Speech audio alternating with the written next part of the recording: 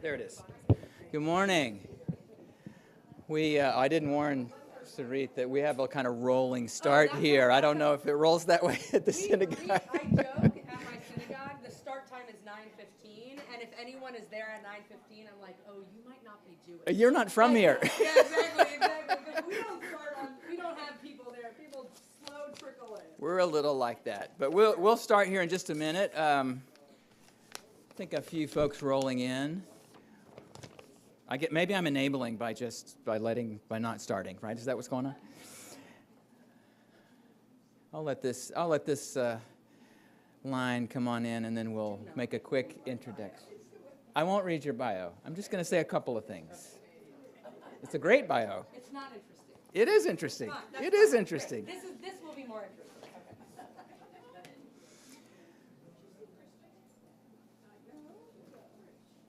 So welcome. We're so glad to have you all here. This series has been very cool. Several of you here have been here. This is our third wise woman bearing a gift. Well played, Catherine Bush. She can't be here in person. She always goes back and listens because she's next door in another class. Rabbi Sarit Horowitz, we were just confirming that we got to Memphis around the same time in 2017, and so we were two clergy, deer in the headlights look, showing up at Le Bonheur to be toured around and met the chaplain there. And I'll be honest, I thought that I would see Sarit more, and I'm really glad that we brought her downtown because I've quoted you before. I don't know. Let me see if you said this. I think you told me that conservative Jews are the Episcopalians of Judaism. Yes, I always do that. I always say if I were Christian, I would definitely be Christian. So, and I think hands down. I think what you meant by that was there's a fairly conservative attention to liturgy in a way, and a lot of broad-mindedness about the way we interpret our texts, and a lot of diversity in the way our congregations might do that. So anyway. The other thing I want to say that really piqued my attention is that part of Sarit's training in undergrad was at Columbia and Jewish Theological Seminary in New York. And this combination of psychology and midrash, I am captivated. Midrash being, this brilliant way of telling stories about the stories we read. You have an expert coming on midrash. So, it's part of the series. So, anyway, I'll stop talking. And Sarit, welcome. We're so glad you're here. Thank you so much. I'm so glad to be here with all of you. I tend to move around as I talk, so if you can't hear me, I'll make sure I come back to the mic. I'm grateful to be here with all of you, and when Catherine and I spoke about kind of themes for today, one of the things that kept coming up in our conversation, and I'll hand out sheets in a moment, was what are ways that we use our faith to feel grounded when life is hard, when moments feel like they uproot us and they keep us from feeling a sense of stability.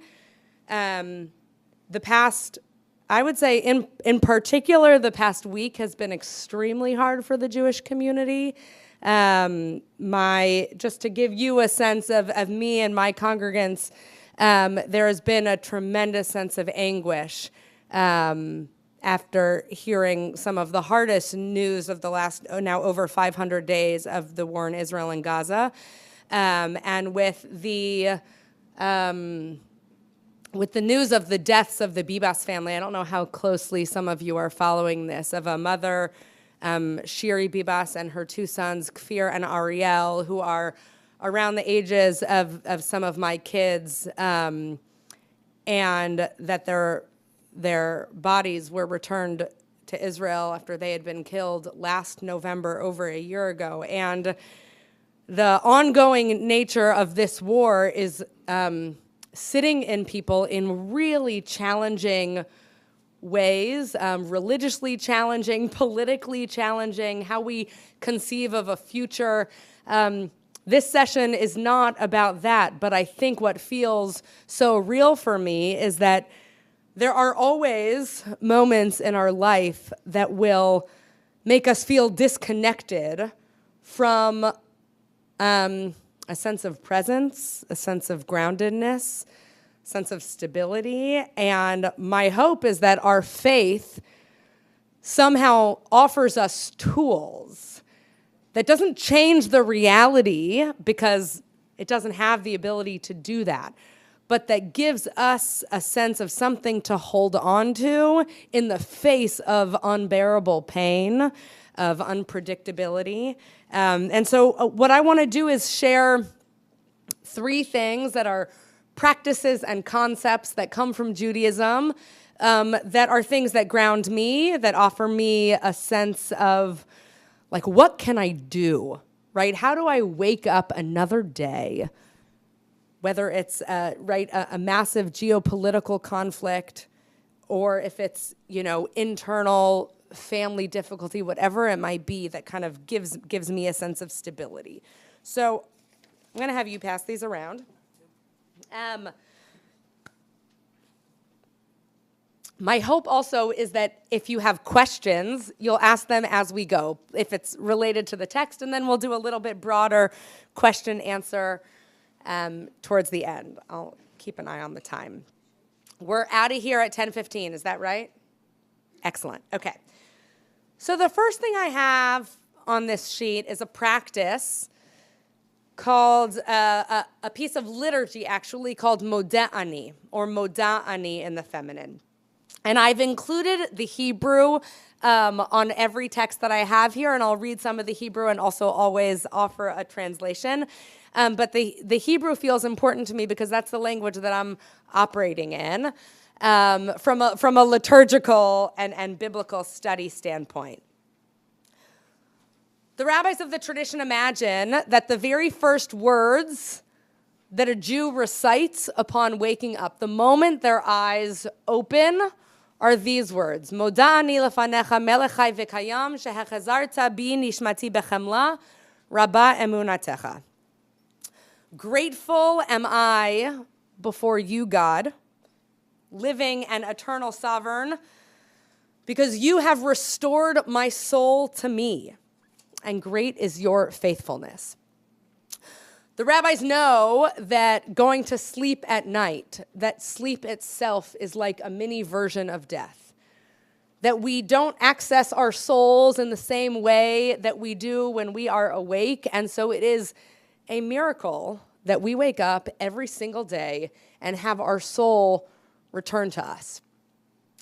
And like I said, these are the first words that they imagine us saying. And it wasn't just like some theoretical. For many, many Jews, they open their eyes in the morning and they have conditioned themselves that these are the first words that come out of their mouth.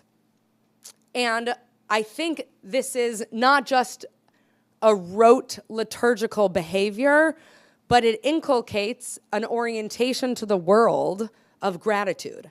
Of if every single morning the first words that come out of your mouth or that you are grateful to be living, it shapes the way that you interact with every single thing that comes in front of you. And I think this is actually a larger piece of what the rabbis imagine it meant to be a Jew in the world. The name Jew comes from our ancestor, you know who he was? Judah, very good. So Judah, and I have this text here if you want to see, Judah, born in the 29th chapter of the book of Genesis, was born to Leah. Leah was the unwanted, hated wife. And a midrash, to speak of midrash, right, what I think of as rabbinic imagination, says that Leah knew that there were going to be 12 sons. And if there were 4 wives, and she did the math, how many was she supposed to have? 3. You should be better at math than that. Quicker. She was supposed to have 3. So when she had her 4th, she thought, wow, I am receiving something that is above and beyond what I was ever owed, what I thought I would receive in this world. And so she named him. Biblical names are often named after ideas. And so she said, so the text says, Vatar od vateled ben, she became pregnant again and she had a boy. Vatomer hapa'am odeh et Adonai Al ken kara shemo, and this time she gave thanks, odeh. You can hear it's the same word, modeh, that first word of that liturgy. Odeh et Adonai, I will praise God. And so she called his name Yehudah, right? The same root of the word. And so it is ingrained in the name of Judah, which is the name of what it means to be a Jew, to hold on to gratitude.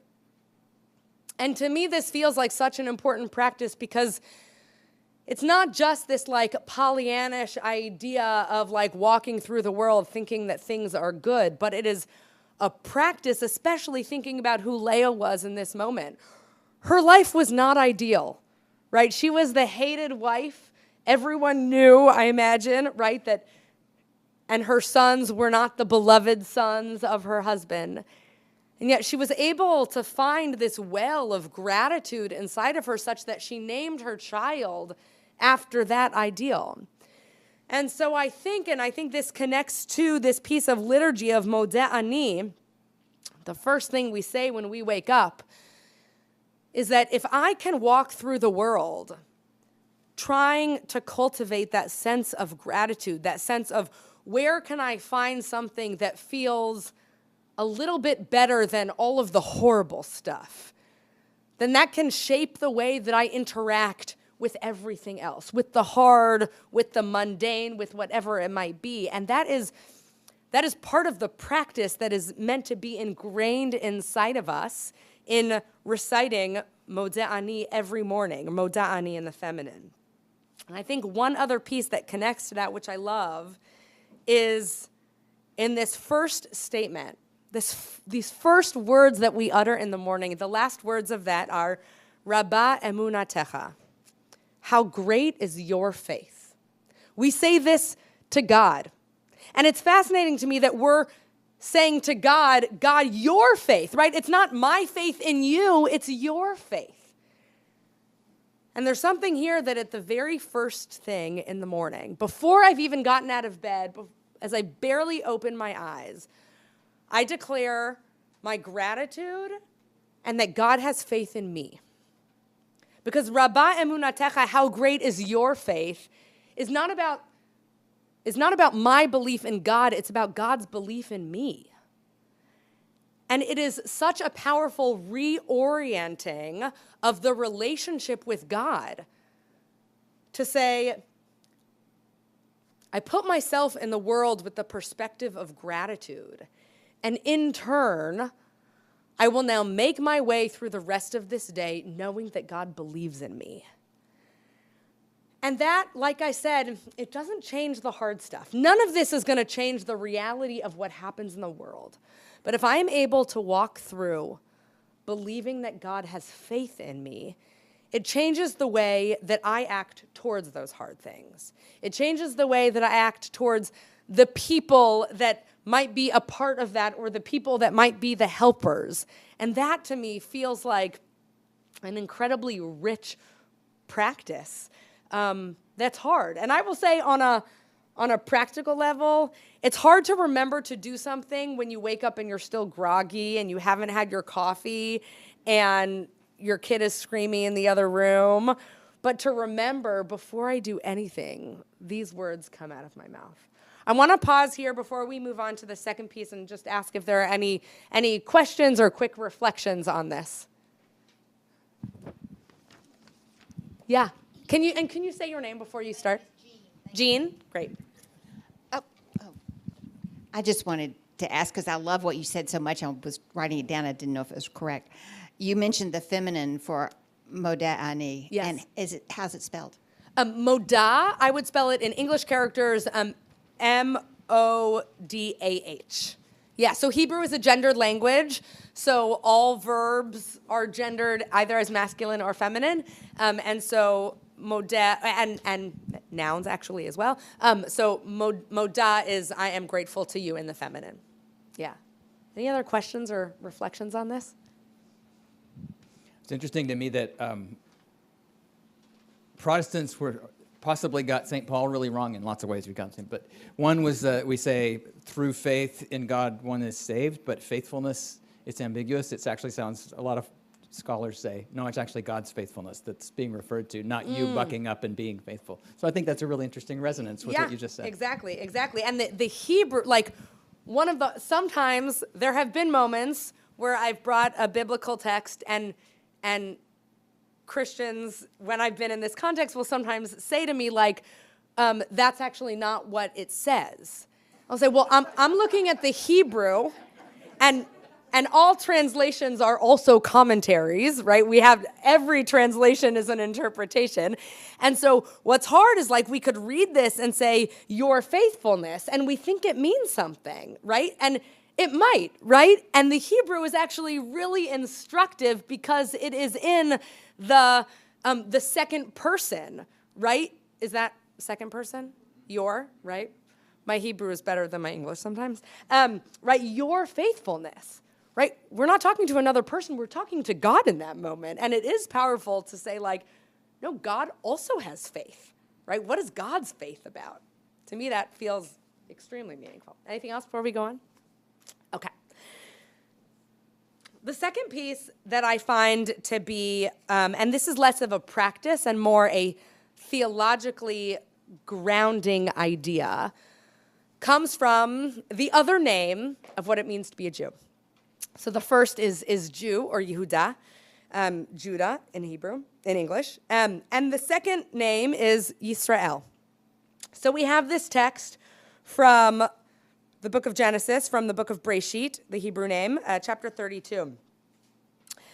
And this is in the moment, let's contextualize this, where Jacob and Esau, Yaakov and Esav in Hebrew, have not seen each other for decades. The last they saw each other, Jacob had cheated his brother out of the birthright. He runs away to his future father-in-law, his uncle Lavan, who tricks him. He goes through all this rigmarole of the marriage, the wives, etc. And they are about to meet again for the first time in many years. Jacob, perhaps rightfully, is worried that Esav is going to kill him because the last he saw, their relationship was not one of brotherly love. And he is told that Jacob is coming with 400 men. And you can imagine how Jacob feels. He is extremely frightened. He has divided up his camp and his wives and all of his animals into two different camps so that if Esav comes and kills one, at least there's half of his people and his, riches still around. It doesn't sound promising, right? It does not instill a lot of confidence of the future. And in that moment, right, so just to kind of give a bow on that contextualization, Jacob's not in a great place, right? It's one of the lowest that we can imagine. And then the Torah says, Vayivater Yaakov levado, he was left alone, Jacob was left alone, V'ye'avek ish imo ad alot hashachar, and a man wrestled with him, struggled with him until the dawn broke. Vayar ki lo yachol lo vayiga b'chaf yerecho v'ateka kaf yerech Yaakov b'he'avko imo.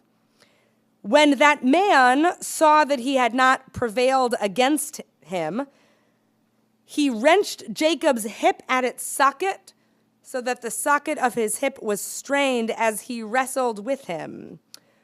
Vayomer shalcheni ki Allah hashachar, and he said to him, let me go because dawn is breaking. Vayomer lo ashalechecha ki im berachtani. I will not let you go until you bless me. Said the other, what is your name? Vayomer elav ma shemecha. Vayomer Yaakov. And he says, my name is Yaakov. My name is Jacob. Vayomer lo Yaakov ye'amer od shimcha. Your name will no longer be Jacob. Ki im Yisrael. But it will be Yisrael. Ki sarita im Elohim va'im anashim vatuchal. Because you wrestled with God and with people and you prevailed. The word sarita, which I love because it sounds like my name, Sarit, but it's not exactly, connects the root sar, which means wrestled, connects to the Yisrael. The yud, that short little letter, if you see the Hebrew, is a prefix that means one who, and the sar is wrestled, and El means God.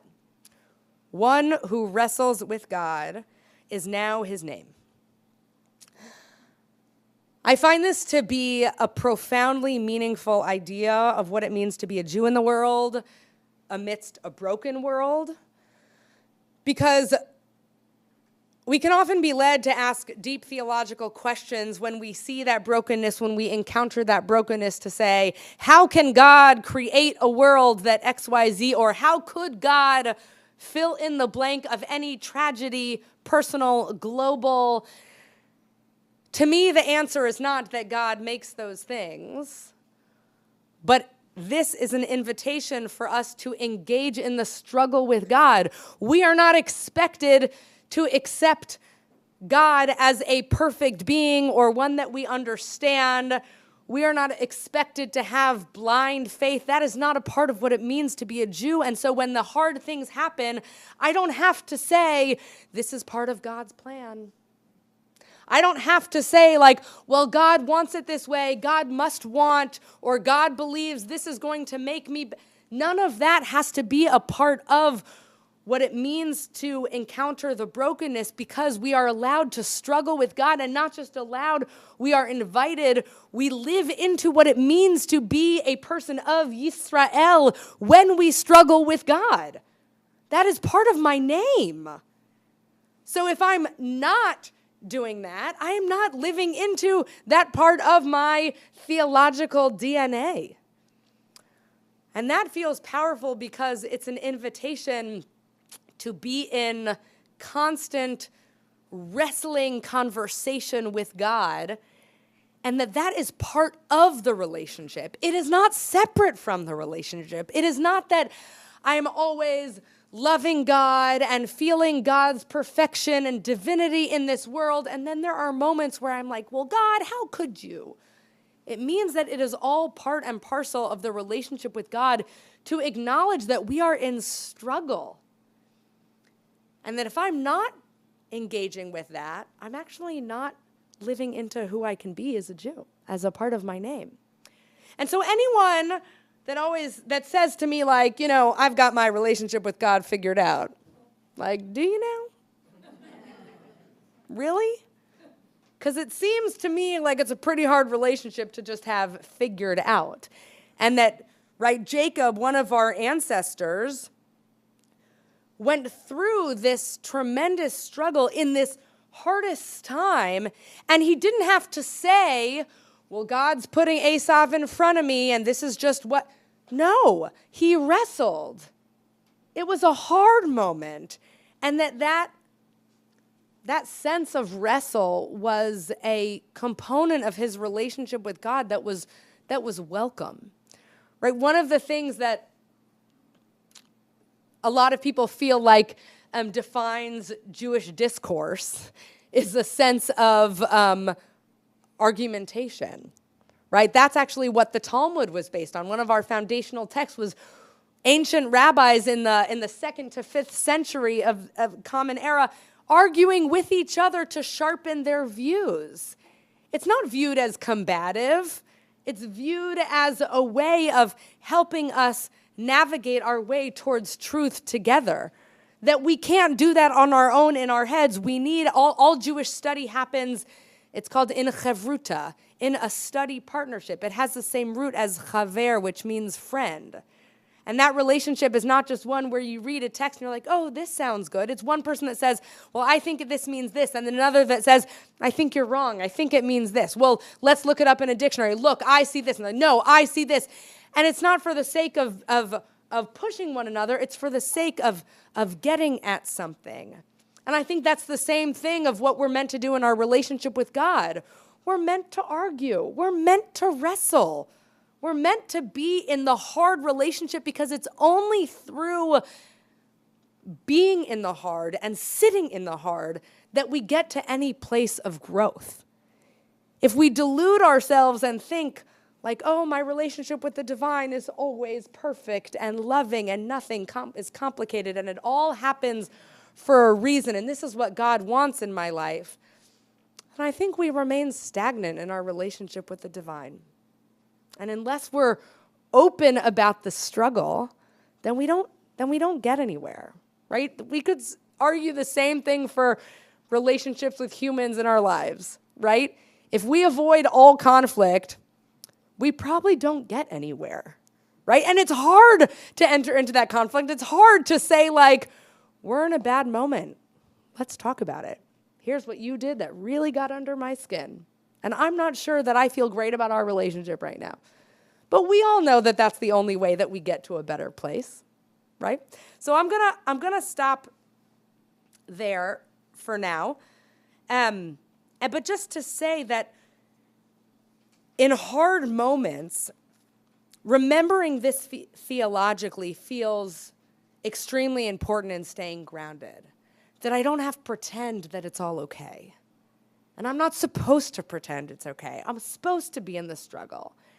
And leaning into the struggle actually allows it to feel a little bit more bearable than pretending that it's not there. So we'll pause. I'll take any questions or comments. Any thoughts? Come on. Remember, you're like Jewish people. We no talk a lot. struggle in this room. Yeah, No okay, strugglers great. here. And tell me your name. Betsy. Betsy, great. I'm not a Jew. I was lucky enough to go to public school for half of my life and had a lot of Jewish friends. And I'm very interested in, really it makes me teary, the things that your people have to go through even today. The situation with the mother and her children is just, I can't get it off my heart or my mind. It's so heartbreaking. But I was already kind of anguished over this settlement, this agreement that had been made between the Jews and the Palestinians, that a few Jews were released and a lot of Palestinians were released. Do you know what I'm talking about? You're talking about the ceasefire deal of exchanging hostages yeah. for prisoners, yeah. It just seems like the Jews are always being asked to accept the short end of the stick, I guess is what I'm saying. Yeah. And all of you have always had to struggle with it and continue to. Anyway, any comments? Yeah, well, first of all, I will say that it's extremely meaningful to have people outside of the Jewish community make those kinds of comments. And for those of you that know other Jews, that are in relationship with Jews, I would actually encourage you to reach out. I started off saying that the last week has been excruciating in that, and I'm reluctant to say this because I haven't heard from any of my non-Jewish friends. And that's not to put blame on anyone, and I don't want anyone to feel a sense of guilt about that, but I just want to say how meaningful that is to hear. I would say 90% of my social media feed is from, Jews that are screaming out in the terror of how is it that so much of the world is aligning themselves with a terrorist organization that is killing babies and not seeing that this is total brutality, right, in the name of resistance or social justice. And the other part are people that are not, and I don't, listen, we all care about the things that we are most proximate to. Of course we do, right? That's the way it works, of course. And to hear sentiments like that is really powerful. So I want to thank you for that. And I think, one of the really challenging parts of this is that Israel has always had a commitment from its inception in 1948 to take care of its citizens and do whatever it needs to bring them home. A terrorist organization is going to take advantage of that. So we're not we. I'm not part of, I'm not an Israeli citizen, and I'm not obviously part of government conversations, but there is such a sense of we, of connection to. And so I will say that, right, if they have that commitment of bringing back their citizens at all costs, including slain hostages, and they're navigating that with a terrorist organization, and the only way to get them home is to release prisoners, they're going to do that. Now, that is extremely complicated, and that is a fraught thing right now internally in the Jewish community, of people feeling like we're releasing prisoners just for them to go back out into, their societies and then carry out more acts of terror, right? And that is a separate conversation. And Israel is going to do what it feels like it needs to do to bring home these hostages however they can. And I will say there is a large subset of the Israeli population that thinks the government is not doing nearly enough in order to do that. So I'll leave that at that. If anyone has other comments or questions about this piece of text or other things. Yeah. And tell me your name. My name is Ed. Ed, please. What part does humility have in your faithfulness and how you view God and how you think God views you? What part does humility have? Is that your question? There's a great Hasidic story of a teaching of a rabbi that says every person should have 2 pieces of paper in their pockets at all time. On one pocket, you have a note that says, I am but dust and ashes. And in the other pocket, you have a note that says, the world was created for me. I think that speaks to your question in that we are supposed to be humble human beings and see ourselves in that way in relation to the divine. And we are supposed to take initiative in the world to make things happen with a sense of confidence, right? That's where the line, Rabba emunatecha, great is God's faith in me, is so important, because we are supposed to be balancing at all times a sense of humility and a knowledge that we are people that have tremendous power in the world. And that power comes with responsibility, certainly. And that power comes with the ability to affect change. And so I think it's really a balance. Anything else before we go on? Okay. The last practice I want to share is both some liturgy, some biblical text, a little show and tell. So the last I wanted to share is the practice of what we call in Hebrew tefillin, or phylacteries. Has anyone here seen phylacteries in person? Great, excellent. So some of you are not so new to this. So we have a few passages in the Bible that reference this. So in the book of Shmot, in Exodus, V'haya lecha le'ot al yadcha u'zikaron bein einecha, and you should have this as a sign on your arm or on your hand, and as a reminder, memorial on your forehead, between your eyes. Leman tiyeh Torat Adonai beficha ki biyad chazaka hotziacha Adonai mimitzrayim. In order that the teaching of God will be in your mouth, knowing that with a mighty hand God freed you from Egypt. So the rabbis here of the Talmud have a heyday because the literal meaning of this is not to create phylacteries, right? Phylacteries, we don't need to go into all the history, were probably some kind of ancient Greek, what's the word, an amulet, right? And somehow got adapted by Judaism to turn into this, melding these things. But this is how the rabbis read back into the text of what tefillin is about. that it will serve as a sign on your hand, on your arm, and between your eyes as a reminder of God's power, that God redeemed you from slavery in Egypt. I want to show you what tefillin look like. And I want to talk about what's inside and why it serves as a grounding practice for me. So I'm trying to see if you can still see the marks on my arm. No.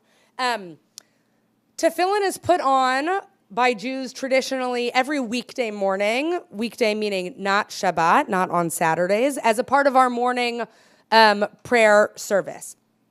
Our service at the synagogue is at 8 o'clock, so I was there, had them on. We finished at 8:35. I zipped down here, so sometimes the marks are still on my arm, but they're gone. But I'm going to show you what they look like and talk about why it's meaningful. So these tefillin are little leather and wooden boxes that have leather straps that are a part of them. They're bound on your arm and between your head in certain ways. Now, I do this pretty rote because I've been doing this for 20 years. But it's a certain way, 7 straps around the arm, and I'll show you my hand. But first, when you stop on the arm, then you put on the head. You're also always wearing a prayer shawl when you put this on, but I left mine in the synagogue by accident and realized once I was in the car. I've never put on tefillin for an audience. And then the hand, different communities have different customs about how the hand is wrapped. But this is what it ends up looking like. So this is a part of the morning prayer ritual. The tefillin are put on. The bottom is placed right at the hairline. Like my husband, if you don't have a hairline anymore, it goes where your hairline once was. And the straps hang down. The straps here are wrapped 7 times around the arm, and then on your hand, if any of you are familiar with Hebrew, it's meant to make the word Shaddai. Here's a shin, and here's a dalet, and here's a yud. You have to kind of interpret it loosely. And this is a part every day of how we start our liturgical service. I'll say a note about part of why the practice is meaningful to me, and then we'll go into the text of what's in it as I take this off. We don't have that many things in I'll get to you in just one second. We don't have that many things in Judaism that I think of as like embodied practices. And so for me, part of what feels really meaningful is having something physical to do that connects me and my relationship with God. So every morning, we put them on with our prayer shawl. We recite a series of verses, one from the book of Hosea. Is that Hosea? What's the English? The Hebrew is Ve'erastich le'olam, and I betroth myself to you.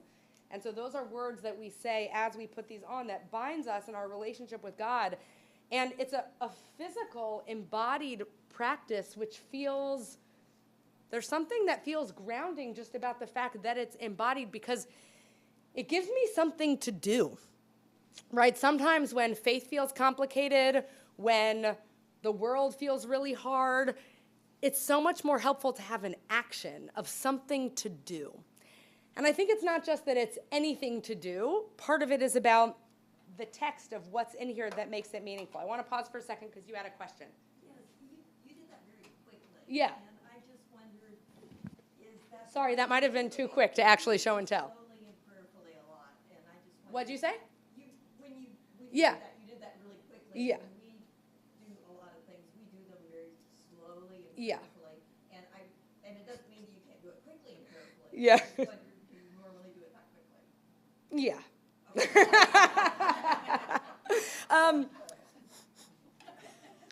Yes, I do usually do it that quickly. Most people usually do it that quickly.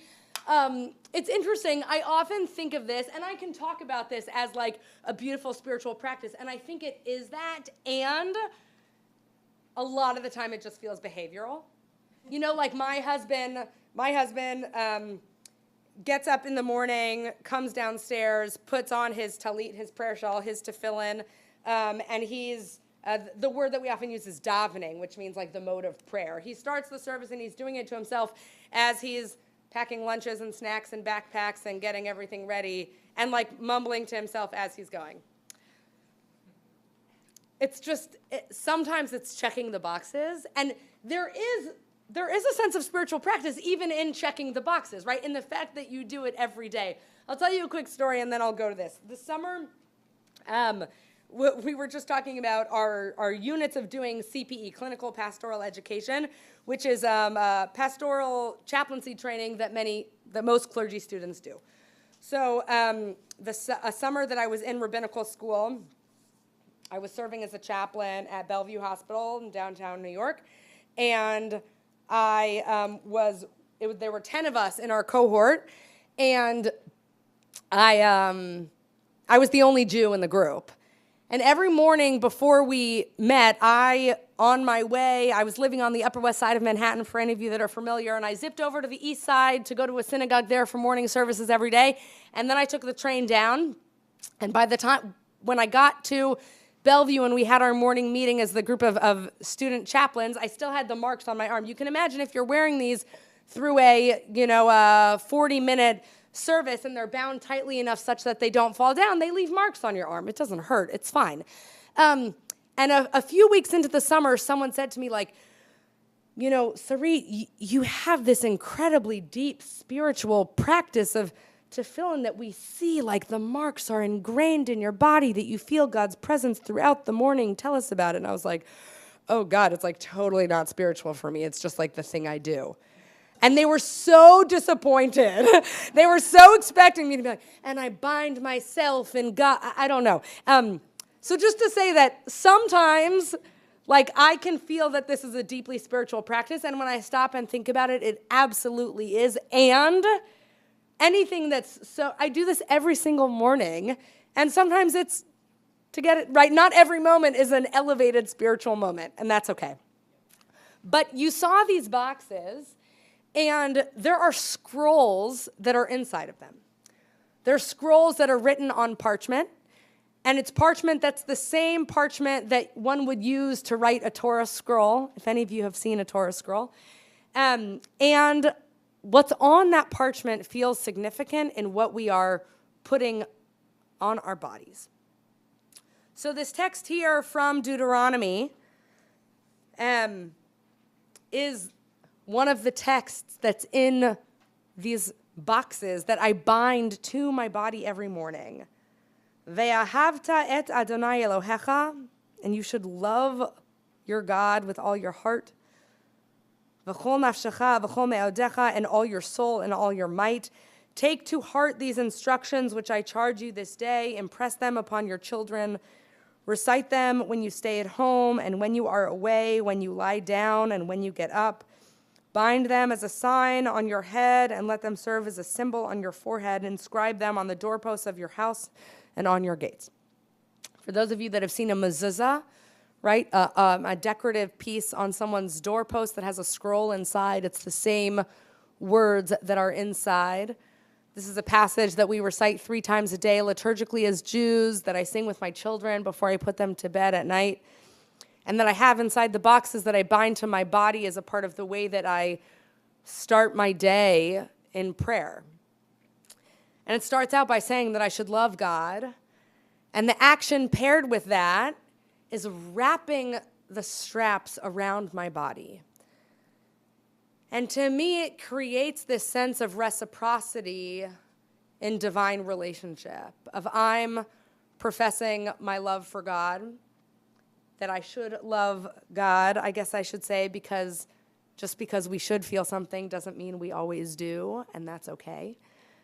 As I'm wrapping these divine words around my body, which is to say, it's like a divine embrace, that I'm declaring love for God, and in return, I'm wrapping it around my limbs and my head, my heart and my eyes and my brain, to say that even in the moments of profound struggle and challenge and hardship, that I am embraced. I am embraced physically by God, and I am embraced in my heart, And I am embraced in my actions as I wrap it around my arm, and I'm embraced in my mind as I think about who I can be in this world. And in a faith doesn't even feel like the right word to talk about what Judaism is, in a people that doesn't have a lot of embodied practice. For this to be sometimes the only embodied practice that I carry out in any single day, it's incredibly meaningful for me to feel that sense of binding. Now, it's not that I feel that every day when I put them on, right? Because I do it quickly, as you saw, and it becomes a rote behavior. But knowing that that practice is there and available to me, and that in moments when I stop and think about pain, deep pain, wherever its source is, I think about the power that this practice has to make me feel embraced and to make me feel not alone in this world and not alone in my pain, and to know that even in the context of that pain, there is love. And then in the context of that pain, there is love that I have for the divine, and there is love that I feel then in return from that. Yeah.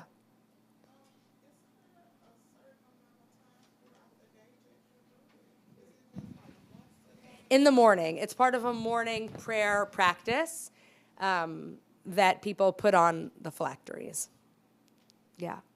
I'm happy to take other questions, whether it's about this text, about this practice, about other things.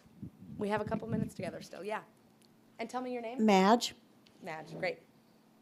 I think one of the things that I'm reminded of, particularly in this last discussion, is that regardless of our religion, so often things become habit. And it's so good to stop and think about, step back, and think about word for word, line for line, the prayer that we all, whatever the prayers are, that we say day after day and week after week, to stop and really break them down. Last night, many of us in this room were at a wonderful concert by the Memphis Men's Chorale. And a sheet was given to us that gave the background of each piece of music. And several of them had to do with African-American slave trade hymns. And by the end of the concert, when those in the audience were given the opportunity to sing America the Beautiful with the choir, I was just like I am right now. Because things that we often take for granted are being taken away from us. And so I think it's so important for us to step back and take time and still say those same prayers, but to stop and think about what they really mean. And they're not just habits. Mm-hmm. Yeah, beautiful. I think reflection is often a crucial component for us to remember what we stand for and what our values are, and it hopefully propels us into action. Yeah, thank you.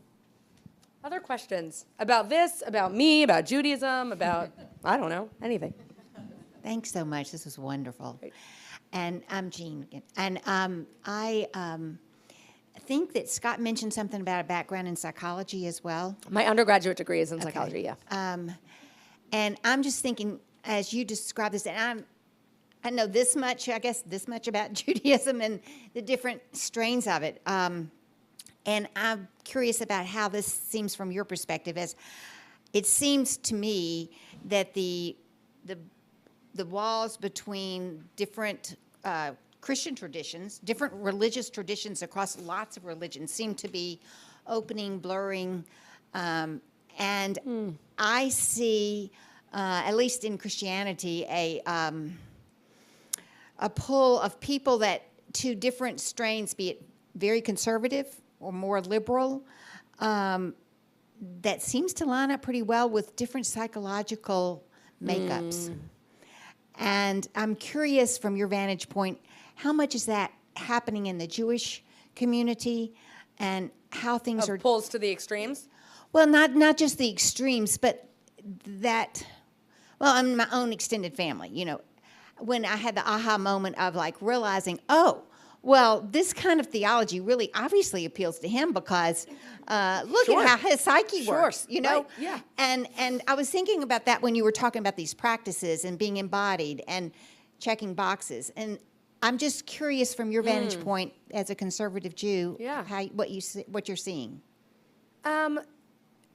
So, you know, one answer that I have for you is that people are who they are, and they're going to be who they are in every context they enter.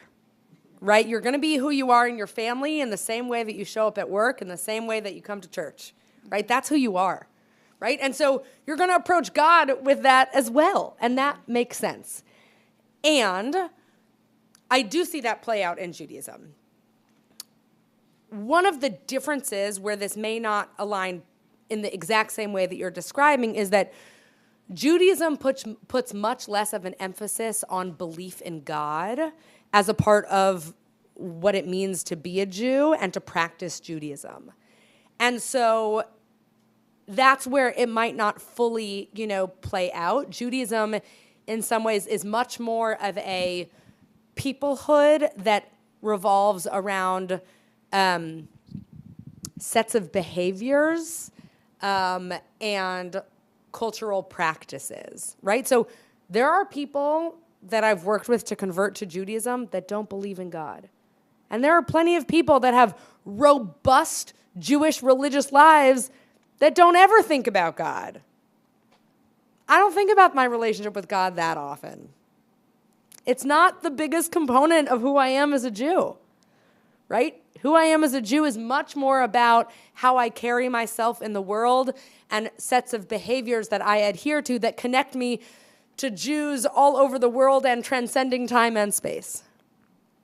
And so for me, that I think is part of how it doesn't map on, in that it's not just about a relationship with the divine, in that that's, sometimes I feel blasphemous saying that, or that people will perceive me as blasphemous, as like, oh my God, God's not that, the rabbi said that God's not important. And it's not that I'm saying that it's that God doesn't feature as central to people's Jewish lives as I think a relationship with God features for some people who aren't Jewish. Yeah, exactly. Good question. That's fabulous. We're going to need to go. You have a quick one, Suzanne? First of all, I just want to say I live at Tresvant Retirement Home, and I'm going to make it a point to talk to my Jewish friends there and express I'm so glad. my feelings about what they are going through. And I just can't help but ask you this. How do you think that the situation between housing, giving the Palestinians a home, and this whole the way the whole terrible conflict was started, how is that going to, how can it play out? What do you think? I think our time's up. No, so Go. so the way this started was over 100 years ago. Maybe not over 100. Yeah, 100 years ago. Okay? If there's a wonderful book just came out called Ghosts of a Holy War that I highly recommend, that talks about the last 100 years and how we got to this point. Your point about what happened on October 7th is obviously a huge turning point in this. What I will say is that I think that Israel lost the PR game a long time ago. And it is in Israel's best self-interest to work to rehabilitate what Gaza looks like. And it will have to do that to rebuild infrastructure, societally, governmentally, educationally. Again, even if they're only thinking selfishly, right, to not create a next generation that's even more radicalized. Because otherwise, we perpetuate a cycle of violence. What I think is important for everyone to realize is no one is going anywhere, right? 2 million Palestinians are not leaving Gaza, no matter what anyone wants to think. And the Jews, and by the way, 20% of Israel's population is not Jewish, citizens, right? So it's not just Jews. Israelis are not going anywhere. So if we're all going to live on this tiniest block of land together, everyone's going to have to figure it out. Now, the harder part is that it doesn't look like we have a partner in wanting to figure that out. And that's going to take a lot of strategy and diplomacy. But to answer your question, I personally think Israel has a responsibility in thinking about the rehabilitation of Gaza. And I think that it should be in its best self-interest in order to think about the long game, right? If we want to live in this area. Now, peacefully. Now, I just want to clarify, peaceful I don't think means we're best friends. Peaceful means we're not killing each other, right? We don't have to be friends, actually. And maybe that's a better, more realistic version of what it means, but to acknowledge that no one's going anywhere. Anyway, yeah. Thank you, Sarit. Yeah. Thank you for all of it. Thank you all for your attention. Thanks to all of you. Fabulous. So grateful to helpful. be here. Thank you. Tremendous. Thank you.